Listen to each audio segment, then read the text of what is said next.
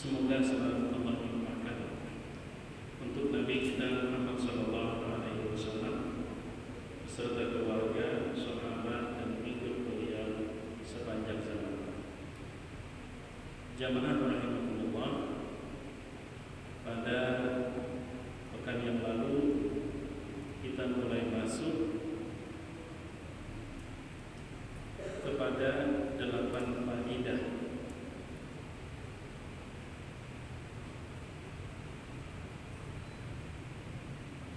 yang disampaikan oleh Hatim al-Asam ketika sahabatnya Syaqiq al-Balkhi berkata, kita ini sudah berkawan kada kurang dari 30 tahun. Dari pertemanan kita ini napa biar dapat, kata Hatim al-Asam, ada 8 faidah. Dan faedah pertama sudah kita baca dan kita dengar, kita simak pada kajian pekan yang lalu. Tapi secara garis besar dari poin atau faedah pertama bahwa setiap manusia memiliki sesuatu yang diimpikan dan dirindukan. Tapi setiap yang dirindukan oleh manusia ada yang hanya menemaninya sampai sakit jari. Pada saat dia sakit, yang dia cintai itu pun meninggalkan. Tapi ada juga yang sanggup masih bertahan, tapi ternyata tidak lama hanya sampai ke pinggir lubang kubur. Limbahnya sudah dimasukkan orang ke dalam kubur, pulihkan kubur. Lalu aku berpikir, seharusnya yang patut kita sayangi dan kita rindukan adalah sesuatu yang siap dan mau menemani kita sampai masuk ke dalam kubur. Ku cari-cari, kata Hatim al-Asam, ternyata hanya satu, amal soleh, perbuatan baik. Karena itu putuskan untuk mencintai, merindukan perbuatan-perbuatan baik sehingga tidak ada kebaikan yang disia-siakan. Itu faidah yang pertama. Sedangkan al-faidatus tsaniyatu, faidah yang kedua, anni ra'aitul khalqa yaqtaduna bi ahwa'ihim wa yubadiruna ila muradati anfusihim. Sesungguhnya aku juga melihat manusia itu diseret oleh nafsunya. Manusia itu mengikuti bisikan nafsu, dan untuk keinginan nafsu mereka tidak menunda-nunda. Sudah kehendak nafsu, mereka lakas, mereka bersegera. Fata'ammaltu qawlahu ta'ala, maka aku perhatikan firman Allah Subhanahu wa taala, a'udzu billahi minasyaitonir rajim, wa amma man khafa maqama rabbih wa nahan nafsa 'anil hawa fa innal jannata hiyal ma'wa. Adapun orang yang takut akan keagungan Tuhannya, karena takut itulah dia bukan menuruti nafsu, tapi dia mencegah dirinya dari terseret oleh hawa nafsu. Maka orang yang mampu mengendalikan diri agar tidak diseret oleh hawa nafsu, fa innal jannata hiyal ma'wa. Ujar Allah, tempat orang itu adalah surga. Pada saat aku perhatikan, sudah urusan nafsu, manusia itu hancap, lakas, tidak pikir panjang. Apa ujar keinginan nafsu, diusahakannya. Sementara aku perhatikan firman Allah, orang yang tempatnya di surga itu orang yang mampu mengontrol, mengendalikan nafsu, bukan dikendalikan oleh nafsu. Karena itu, ketika dua hal bertolak belakang, Allah memadahkan Orang-orang yang mampu kontrol nafsu dan mengendalikannya tempatnya di surga. Sementara kebanyakan manusia di dunia ini malah larut dalam arus keinginan nafsu. Dari dua fenomena tersebut, apa kata Imam Abu Hatim Al-Asam? Hatim Al-Asam, wa tayaqqantu anna al-Qur'ana haqqun shadiqun. Dan aku sangat yakin sesungguhnya Al-Quran itu benar dan tidak dusta. Fabadartu ila khilafi nafsi. Karena itu bukti aku lebih percaya dengan Al-Quran yang merupakan kalam Allah ketimbang arus yang terjadi di tengah-tengah masyarakat. Fabadartu ila khilafi nafsi. Aku berbeda dengan kebanyakan orang. Kalau orang bersegera menuruti kehendak nafsu, kalau aku bersegera melawan kehendak nafsu. Badartu, aku bersegera ila khilafi nafsi, menyalahi bujukan nafsu. Wa tashammartu li mujahadatiha, dan aku sing-singkan baju untuk bermujahadah wa man'iha, dan mengendalikan nafsu tersebut agar dia tidak lepas kendali dan kontrol. Jadi wa man'iha an hawaha, dan mencegah atau mengontrol dari keinginan nafsu.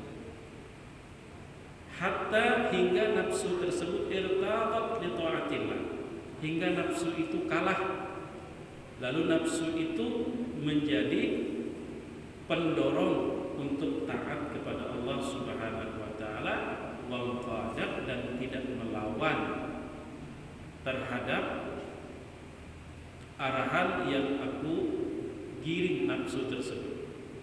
Nah, itu faedah yang kedua. Di saat kebanyakan orang urusan nafsu bersegera, aku temukan firman Allah malah menjanjikan surga sebagai tempat buat orang-orang yang mampu mengendalikan nafsu. Aku percaya Al-Quran. Biar seduniaan orang. Dalam Al-Quran kan Allah berfirman, wa in tuti' aktsara man fil ardi yudilluka 'an sabilillah. Seduniaan orang menggawi itu bukan jaminan pasti benar. Wa in tuti' aktsara man fil ardi, sekalipun sebagian besar orang-orang yang di dunia ini engkau ikuti, itu tidak menjamin engkau tidak salah. Bisa saja yudilluka 'an sabilillah, mereka malah akan menyesatkan engkau dari jalan Allah. Jadi aku lebih percaya Al-Quran. Karena itu aku tidak ikut hanyut dengan arus yang ada di tengah-tengah masyarakat. Mun sudah urusan nafsu, biarkan orang bersegera berlomba-lomba untuk mengabulkan hasrat dan keinginannya, silahkan, tapi aku tidak. Aku berusaha, aku sing-singkan dengan baju, aku bermujahadah, aku kerja keras. Memang tidak mudah untuk mengendalikan nafsu, karena itu perlu mujahadah. Mujahadah itu satu akar kata dengan jihad, juga satu akar kata dengan ijtihad, yang berarti harus kerja keras. Tidak cukup hanya sekedar rencana dan angan-angan, harus siap. Nah, itu faedah yang kedua. Al-faidatus salisatu, faedah yang ketiga. Anni ra'aitu kulla wahidin minan nas yas'a fi jam'i huqamid dunya thumma yumsikuhu qabidan yadahu 'alaihi.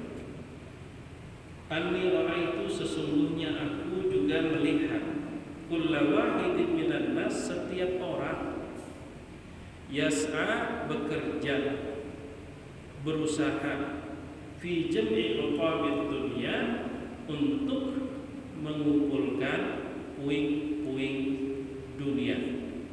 Semua orang limbah dapat, thumma yumsikuhu qabidan yadahu 'alaihi, kemudian dia pegang erat dengan tangannya.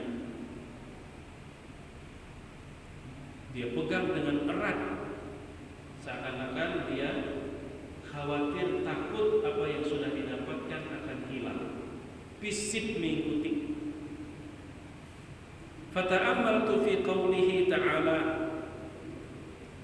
lalu aku memperhatikan pada firman Allah Ta'ala, ma 'indakum yanfad wa ma 'indallahi baq.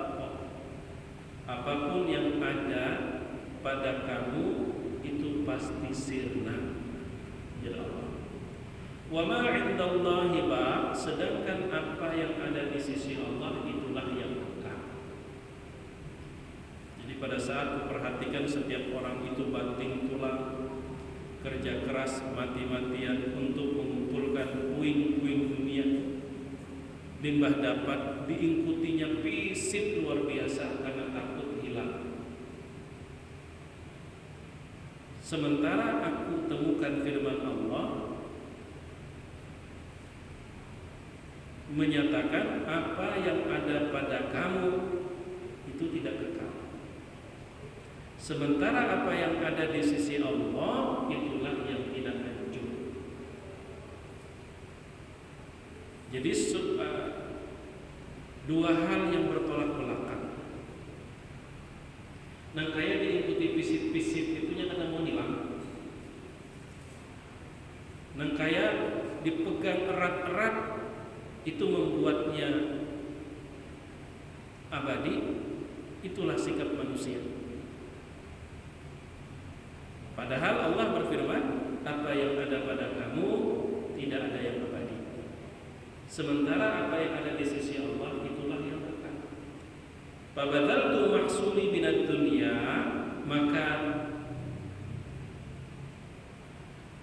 aku gunakan, aku belanjakan, aku salurkan mahsuli minad dunya, penghasilanku dari puing-puing dunia, liwajhillahi ta'ala, untuk meraih apa yang ada di sisi Allah. Karena itu cara kita membuat yang tidak abadi menjadi kekal. Jadi menghendak mengolah harta benda yang ada pada kita itu menjadi abadi, caranya bukan disimpan di bank. Caranya bukan diikuti pisit-pisit. Kalau hendak membuat apa yang dengan susah payah kita dapat dari dunia ini menjadi kekal, caranya belanjakan di jalan Allah. Itu yang orangnya kekal. Jadi Hatim Al-Asam ini seperti keheranan. Manusia itu berharap apa yang dia dapat dengan susah payah dari puing-puing dunia. Manusia berharap semua itu tidak hancur, semua itu kekal. Harapan itulah yang membuat mereka itu pisit mengikuti, padahal caranya salah. Supaya ia menjadi sesuatu yang kekal, bukan dengan diikuti pisit-pisit. Allah sudah mengisyaratkan, ma 'indakum yanfad wa ma 'indallahi baq. Mun masih nyawa menyimpan dengan cara nyawa diikuti atau umpama dimasukkan ke bank yang ada di dunia yang super ketat keamanannya, itu caranya salah. Cara yang betul titipkan kepada Allah, itu yang membuat kekal. Makanya kan ada seorang pengusaha muda, dari omset yang dia dapat diambil seperlunya buat kebutuhan hidup sehari-hari, selebihnya disalurkan di jalan Allah. Sampai kekawanannya bingung, bertakun apa amalannya supaya kita ini kadang terlalu mencintai lawan dunia. Amalannya apa? Karena si pengusaha muda ini di mata kekawanan seperti tidak demen dengan dunia, nang diambil sedikit seperlunya, selebihnya disalurkannya di jalan Allah. Ngalih mencari orang maka itu. Lalu bertakun apa amanannya supaya kami ini nang kaya pian. Memangnya kenapa? Di mata kami pian itu sepertinya sudah tidak tergoda lagi dengan dunia. Sepertinya pian tidak cinta lagi dengan dunia yang pian dapat. Apa kata pengusaha muda? Siapa bilang aku ada cinta lawan dunia? Siapa bilang aku ada cinta dengan harta? Siapa bilang aku tidak sayang dengan omset yang dengan susah payah aku dapatkan? Mbah kenapa? Maka pian beriakan lawan orang. Itu kan tanda kata sayang. Begitulah cara menyayangi. Karena kalau aku simpani habis umurku, ahli waris teng betungkihan. Belum tentunya mendoakan aku setahun pertama rutin menziarahi, mendoakan setahun pertama. Memasuki tahun kedua mulai jarang sudah. Memasuki tahun ketiga sahabat sudah kuburan. Karena aku sayang, maka apa yang Allah mudahkan kumiliki di dunia ini yang bersifat fana, aku amankan, kutitipkan kepada Allah agar pada dulu sampai ke akhirat menunggu aku. Nah itu cara. Jadi siapa bilang aku pada sayang lawan harta, itulah caraku menyayangi harta. Ma indakum yanfad wa ma indallahi baq. Karena itu kata Hatim Al-Asam, bukan berarti ampih begawi, kada tetap begawi. Pabadaltu mahsudi, aku salurkan apa yang kuhasilkan minat dunia, daripada dunia, liwajhillah, untuk ridha Allah, kutitipkan. Karena itu fafarraqtu bainal masakin, lalu kubagikan di antara orang-orang miskin, liyakuna dakhran li indallah, supaya menjadi saldo simpananku yang aman di sisi Allah. Itu faedah yang ketiga. Al-faidatur rabi'atu, faedah yang keempat. Anni ra'aitu ba'dal khalqi dhanna syarafahu wa 'izzahu fi kathratil aqwami wal 'ashairi faghtarra bihim. Anni ra'aitu, sesungguhnya aku melihat, ba'dal khalqi, sebagian manusia, dhanna, menduga, menyangka, mengira, syarafahu wa 'izzahu, kemuliaan dan kehormatannya, fi kathratil aqwam, terletak bila banyak pengikut, wal asyair, bila banyak keluarga pendukung. Kalau bahasa ini bila banyak dapat pelawor. Ketemu sesama kekawanan anak-anak sekarang yang ditanyakan pelawor ini kenapa? Pelawarnya, pelawor, follow, pengikut. Jadi dengan banyaknya follower, sepertinya sampai kepada satu kepuasan, bangga rasanya. Dan itu kenyataan. Aku perhatikan ada yang menduga kemuliaan dan kehormatannya itu terletak bila banyak berisi kawan, bila banyak berisi pengikut, bila banyak berisi keluarga. Faktar rabihim, mereka itu tertipu. Ikhtar rabihim, mereka itu tertipu. Wa za'ama akharun, tapi ada juga sebagian yang lain menduga, annahu, bahwasanya kemuliaan dan kehormatannya, fi sarwatil amwali wa kasratil aulad, bila banyak bisi harta benda, bila banyak bisi anak. Ada juga orang begitu, bangga rasanya, sudah rasa paling mulia tupang sudah, karena bisi harta paling banyak, bisi anak paling banyak. Faktakharu biha, itu nang dijadikannya faktor untuk berbangga. Ada juga begitu.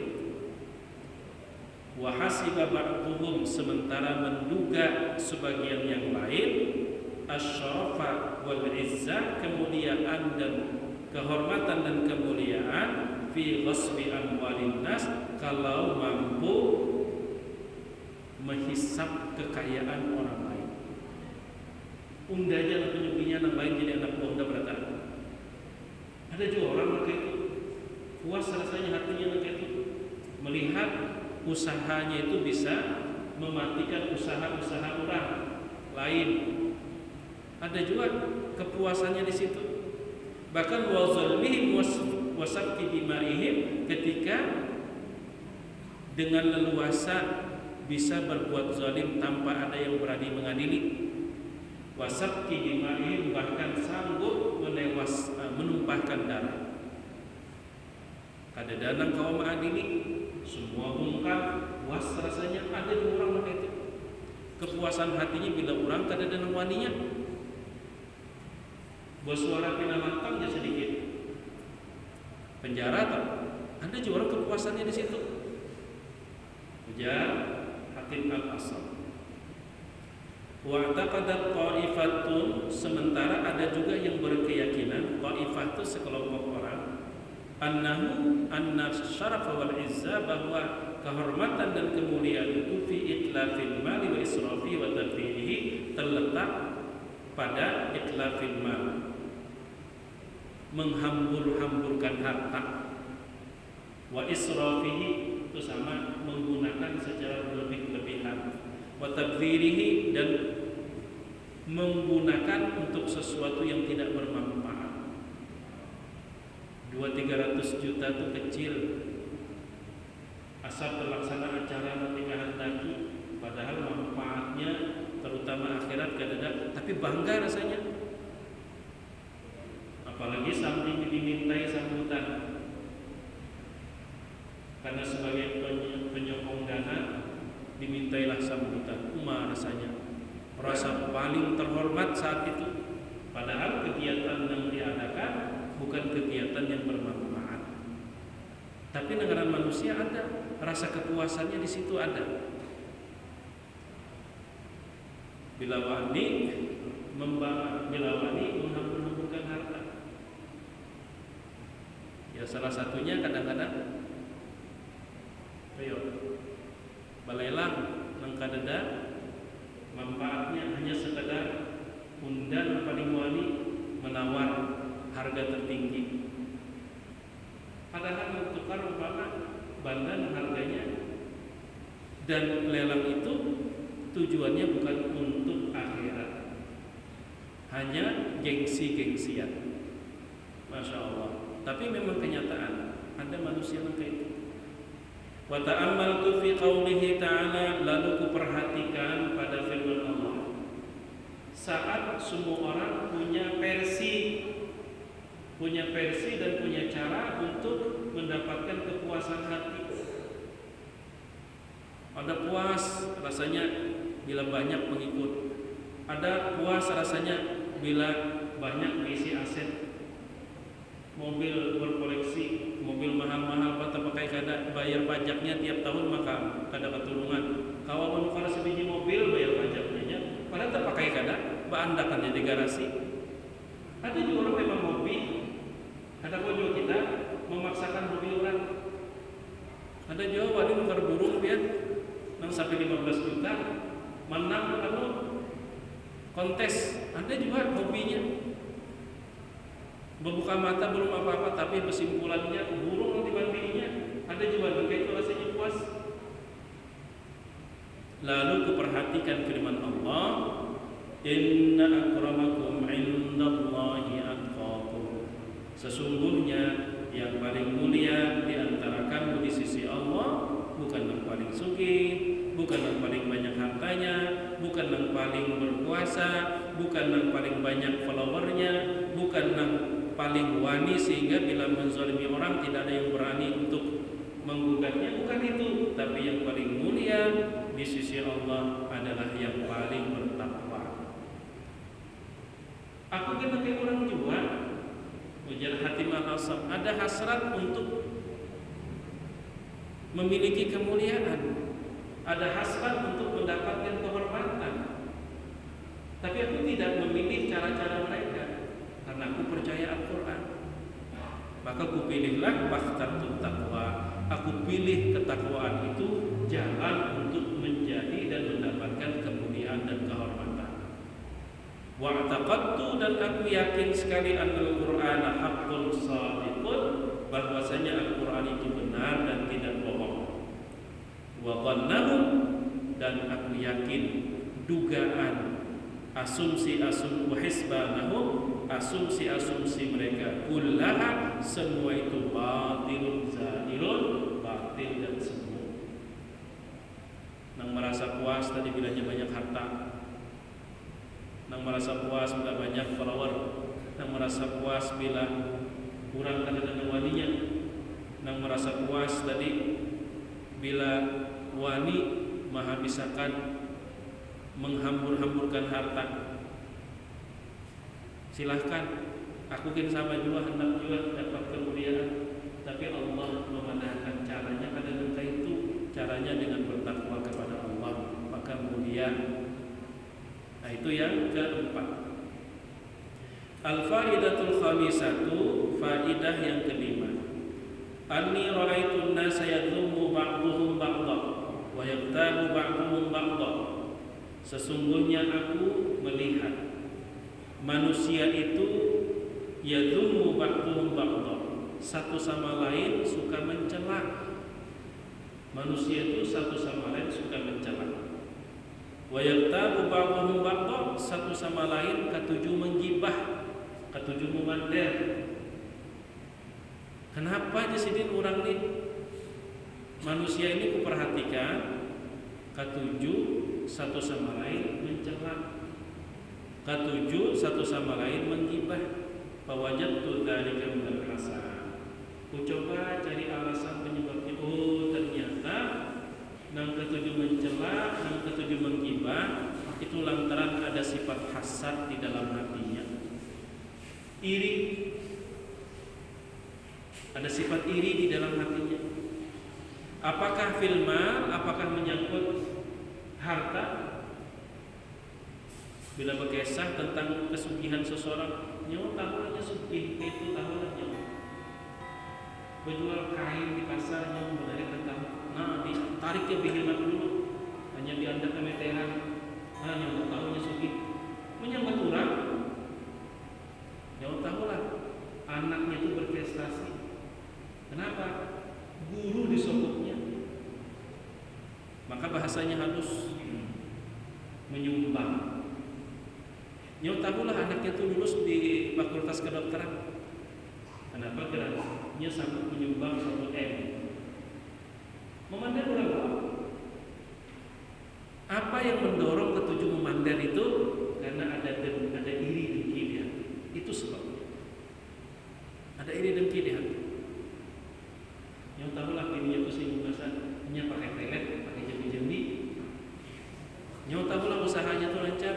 Kenapa? Karena ada jinnya di situ. Jadi bila memandang orang itu kayaknya cenderung mencela, menggibah. Kuperhatikan apa yang menyebabkannya. Oh, ternyata itu tanda di dalam hati masih ada sifat hasad. Baik menyangkut masalah harta, wajah, pangkat, kedudukan.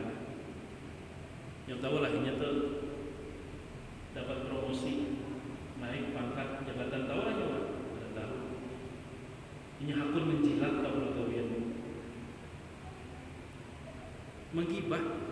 Wal ilm atau ilmu. Yang tahu lah ini tuh gelarnya doktor, nya lulus kuliah, skripsinya tuh mupahkan orang, yang mereka tahu. Menggibah.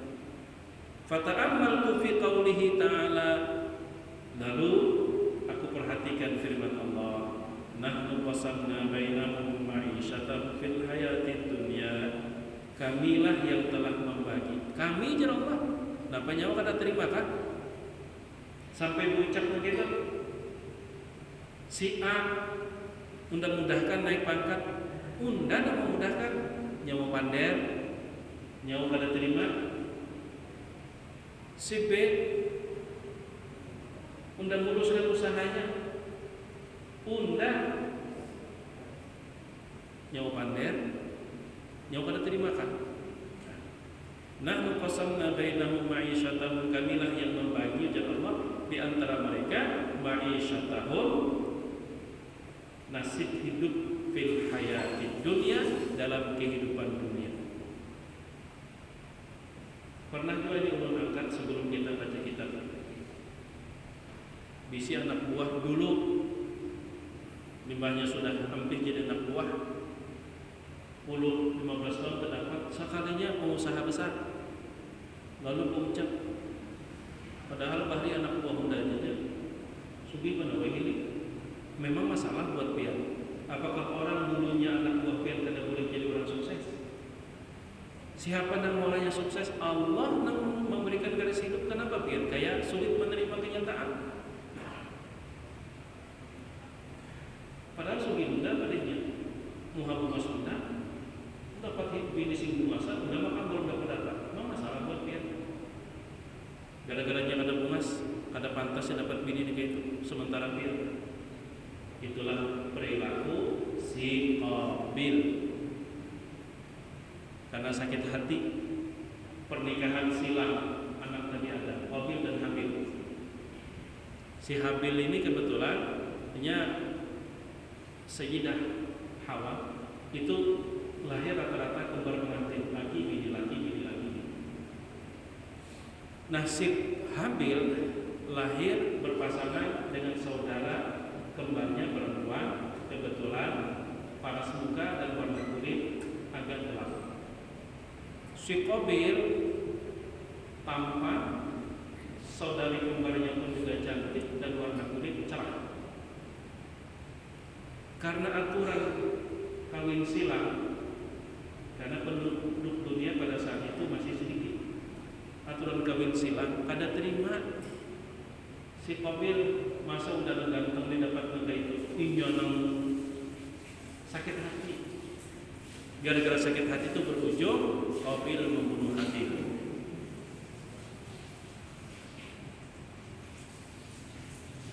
Ketika aku renungi firman Allah, kami cara Allah yang membagi nasib mereka itu dalam kehidupan dunia. Fa'alimtu, maka aku pun mengetahui annal qismata, bahwa pembagian itu kanat min indillah, datang dari Allah fil azab, sejak azab.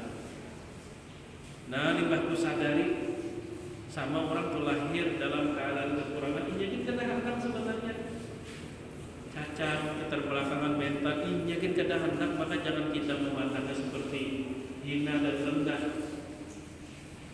Nah, limbah aku renungi firman Allah itu, fama hasaltu ahada, maka sejak saat itu aku tidak lagi iri dengan siapa, karena aku sadar Allah yang memberinya. Bila aku sulit menerima kenyataan, sama aku menggugat keputusan Allah. Wa raditu bi qismatillahi ta'ala, dan aku pun berusaha ridha atas pembagian yang datang dari Allah.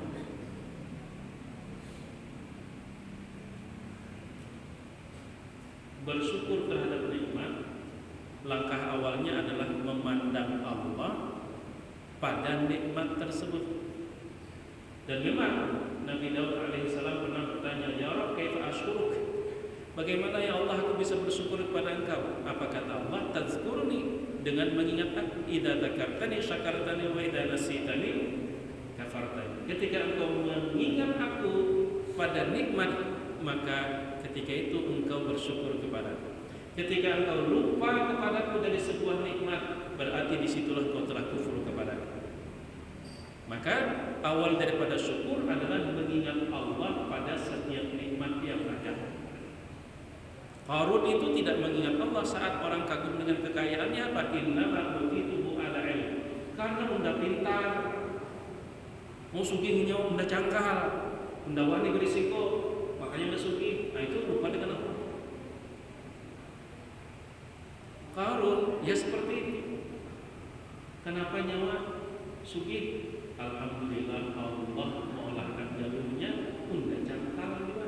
Nah, ingat dengan Allah, itu awal syukur. Maka hikmahnya luar biasa kalau kita mengingat Allah pada suatu nikmat. Jika nikmat itu ada pada diri kita, lalu kita ingat Allah lah yang memberinya, Allah lah yang menitipkannya, maka kita sulit terpapar virus sombong. Sulit terpapar. Nah, pada kita sombong kan? Apalagi kita tahu sekecil zarah saja kesombongan itu ada di dalam dada kita, itu nang menjadi ganjal kata masuk surga. Tahu pula itu. Sedangkan kalau kita memandang Allah pada sebuah nikmat yang ada pada orang lain, kita terhindar dari virus iri dengki. Terhindar kita. Ya, orang kita iri dengki, kita akan memandang Allah di situ. Tapi kalau memandang Allah nama barinya, kenapa kita maka sakit hati? Orang sebelah kalau mobil duitnya seorang, maka kita akan bergulingan malam pandangan laki bini. Maka ada singgawian dia. Di mana kalau mobil, jangan-jangan lain duit kita lagi pakainya, kenapa kita ngalih guling? Nah, itu ngaran ada iri dengki. Nah, itu yang waraditu bi qismatillah ta'ala. Kemudian al-faidatus sadisatu, faidah yang ke-6. Anni ra'aitun nasa yu'adi ba'duhum ba'dha li gharadin wa sababin. Fata'ammaltu qawlahu ta'ala inna syaitana lakum aduwwun fattakhidhuhu aduwwan fa'alimtu annahu la tajuzu adawatu ahadin ghairi syaitan.